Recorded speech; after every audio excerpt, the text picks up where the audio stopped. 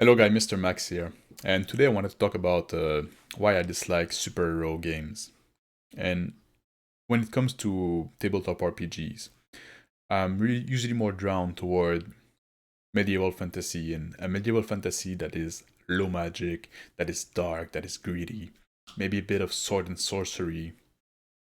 And that is not to say that I won't play or run in other genre. I'm okay with that. It's just like my preference is usually toward this maybe more realistic or kind of medieval fantasy with not too much magic. And this is true for not only for tabletop role playing game, it's true for media in general. Would it be like books, movie, or video game, TV show? Like I'm quite a big fan of Conan. I'm a big fan of Berserk, the manga. If you haven't read it, you should check it out. It's very good. And but that being said, there's one genre that I'm gonna avoid 99% of the time, and that's the superhero genre, which can be annoying nowadays because like 99%, like almost all the movie they make are superheroes movie nowadays. So, but it's really a genre that turned me off, and the reason for that is that I like heroism. I like heroic character, and what is heroism is ordinary people that rise up to the occasion and do the extraordinary.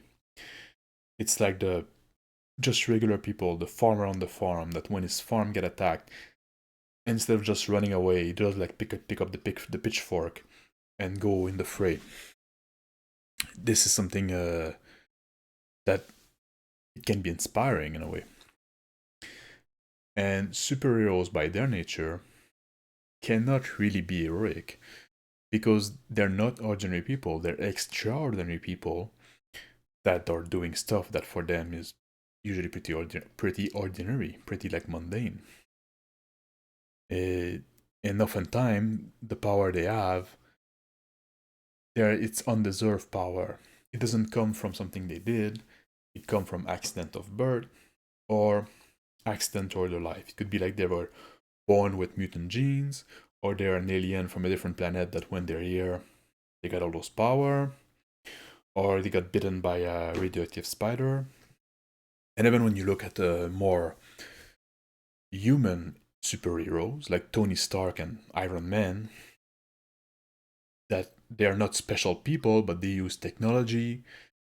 But it's technology that is so far advanced and so extraordinary that it's basically magic, and they just have it, and it just come and there's no science behind, and there's no reason for why only them have it. So it's again just power they have for no real reason. Just like they just got it. They just got the power. And this is also applied to when it comes to game, it also applied to Dungeons and Dragon 5th edition characters.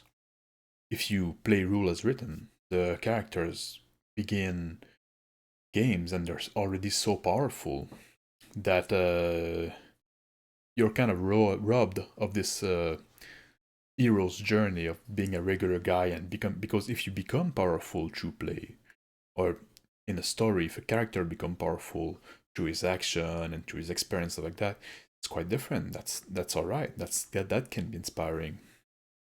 But if you just like become, and the first time you see the character, the first interaction you have with, he already got all this power that is just like granted to him.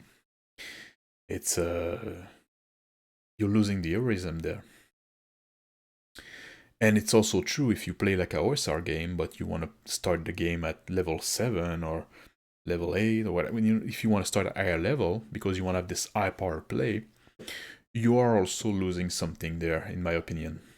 And it's not to say that it's wrong to do it. If you want to do it, sometimes it can be fun. It can be fun to just have this big power fantasy, but it's not usually something that appeal to me that much. I'm not into. I'm not a. I don't have a big taste for those power fantasy because, like, that's the thing. I like heroism, and I think that even in real life, you should strive to have a heroic life.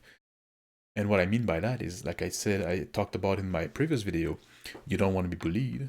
You don't want to be pushed around. You don't want to have others people will imposed upon you. And you need to be able to sacrifice for that. Because if you look at a heroic character, even if you look at a guy like Conan, we often picture as Conan like being very strong and muscular and stuff like that. But it's still human, it's still human strong. And you can become as strong as Conan if you put the work in. That's a big part of the process, putting the work in. What makes Conan special is not his muscle, it's his temperament. It's the fact that he lives by his own rule, that he doesn't let other people boss him around. And same thing with Guts. What makes Guts special, Guts from Berserk, what makes him special is that he doesn't give up.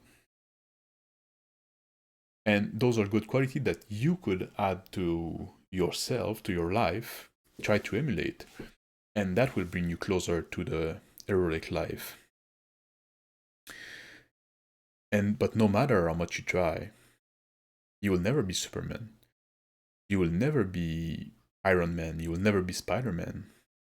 I guess you could be maybe Punisher or the Joker, but that's why I say I avoid superheroes game 99% of the time. There's some case where it's more toned down and it can be alright. But those are not even like real superheroes. They are more the heroic type. So that's what I want to talk about. And let me know in the comment how you feel about superheroes genre.